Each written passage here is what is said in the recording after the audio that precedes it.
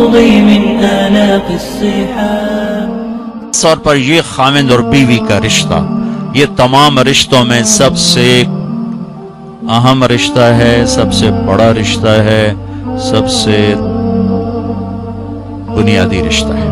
پہلا رشتہ جو اللہ تعالیٰ نے اس کائنات میں قائم کیا وہ آدم اور حوا، میاں بیوی کا پہلا رشتہ میاں بیوی کا ہے، اور جنت میں بھی رشتہ میاں بیوی کا ہی رہے گا۔ ہر آدمی اپنی بیوی کے ساتھ، ہر بیوی اپنے خاوند کے ساتھ پوری جنت میں الگ الگ رہیں گے۔ اور ابتدائے رشتہ انسانیت ہوئی ہے خاوند اور بیوی کے ساتھ۔ آدم علیہ السلام کو پہلے پیدا کیا، ایک پیغام دیا کہ کائنات کا نظام مرد کے گرد گھومے گا، عورت کے گرد نہیں۔ مرد الرجال قوامون علی النساء کا مطلب ہے کہ کائناتی نظام اللہ نے مردوں کے سپرد کیا ہے، اس کو چلائیں، یہ چل، عورت اس کی معاون بنے گی، مددگار بنے گی۔ اس لیے آدم علیہ السلام کو پہلے وجود بخشا، ان کا پتلا بنایا، وہ پڑا رہا، وہ خشک ہو گیا، پھر اس میں روح ڈالی، پھر ان کو کپڑے پہنائے، پھر ان کو جنت میں ڈالا۔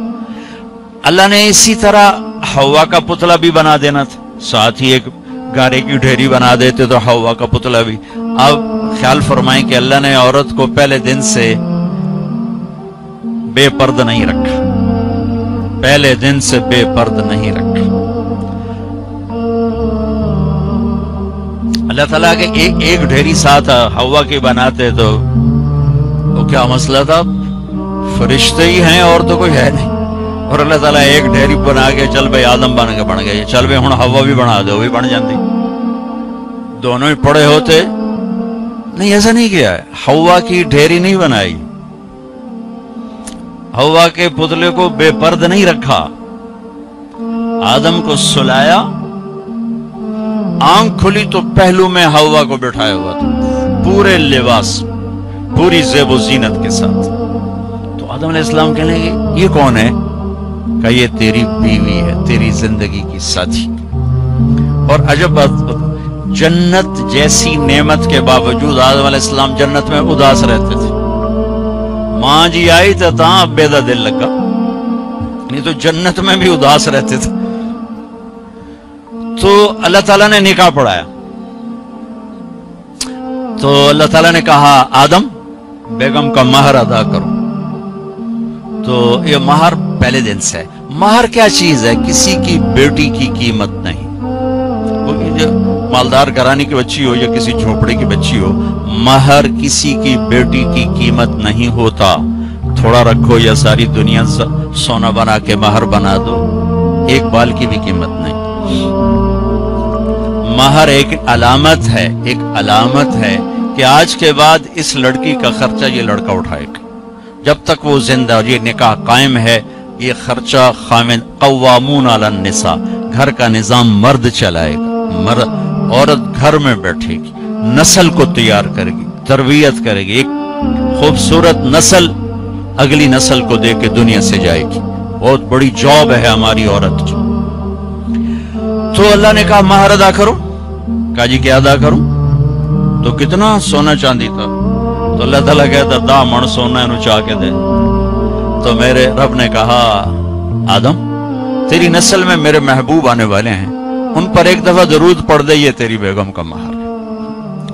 ابھی آپ کا تو تذکرہ ہی کوئی نہیں ہے سوائے اللہ کے، کسی کو نہیں پتا کہ میں کس کو بھیجنے والا ہوں اور کیا کرنے والا ہوں ان کے لیے، لیکن آدم علیہ السلام کو اشارہ کر دیا کہ تیری نسل میں میرا محبوب آئے گا، تو اس پہ ایک دفعہ درود پڑھ بھائی، یہ تیری بیگم کا مہر ہے۔ یہ انسانیت کا پہلا رشتہ ہے۔ والدین کے حقوق کے لیے چند آیات، اولاد کے حقوق کے لیے چند آیات، بہن بھائیوں کے حقوق کے لیے چند آیات ہیں، خاوند بیوی کے لیے سینکڑوں آیات، پوری سورت اتری ہے، سورہ طلاق، پوری سورت، سورہ نساء، سورہ طلاق، سورہ مائدہ میں، سورہ بقرہ میں، سورہ آل عمران میں اللہ نے سینکڑوں آیات اتاری کہ یہ رشتہ باقی رہے، کیونکہ اس میں کمزوری ہے، اہمیت کے باوجود اس میں ایک کمزوری ہے کہ ایک بول پہ ٹوٹ جاتا، باقی رشتہ ٹوٹتا نہیں۔ میں اپنی ماں کا فرما بردار ہوں یا نافرمان ہوں، ماں بیٹے کا رشتہ نہیں ٹوٹتا، باپ کا باغی ہوں یا باپ کا خدمت گزار ہوں، یہ رشتہ نہیں ٹوٹتا، بھائی سے لڑا ہوا ہوں یا صلح ہے، یہ رشتہ نہیں ٹوٹتا، لیکن خاوند اور بیوی کا رشتہ ایک بول پہ ٹوٹ جاتا۔ میرے نبی نے فرمایا علی طلاق سے بچنا، جب طلاق دی جاتی ہے تو اللہ کا عرش کانپ اٹھتا ہے، اللہ کا عرش کانپ اٹھتا ہے جب بے جا طلاق دی جاتی ہے۔ ضرورت کے تحت تو طلاق رکھی گئی، لیکن جیسے آج کل کی طلاقیں ہو رہی تو اللہ کا عرش کانپ اٹھتا ہے۔ میں اسلام آباد سے آ رہا ہوں تو وہاں ایک بچی ملی مجھے، کہا کہ مجھے طلاق ہو گئی، کہ سسرال والوں کا تیرے ابے گڈی تا دیتی کو نہیں، چل واپس، اور خود وہ ڈاکٹر، طلاق ہو گئی۔ تو اس طرح جب ظلم و ستم ہوتا ہے تو پھر اللہ کا عرش کانپ اٹھتا ہے۔ تو یہ رشتہ کیسے گزارنا ہے کہ زندگی خوبصورت ہو جائے؟ کیونکہ میری بات سن لیں غور سے، آپ مالدار لوگ بیٹھے ہیں، پیسے سے آپ زندگی کو خوبصورت نہیں بنا سکتے، گھر خوبصورت بنا سکتے ہیں، گاڑی خوبصورت لے سکتے ہیں، زیور خوبصورت خرید سکتے ہیں، زندگی کی خوبصورتی کا تعلق ان چیزوں سے نہیں ہے۔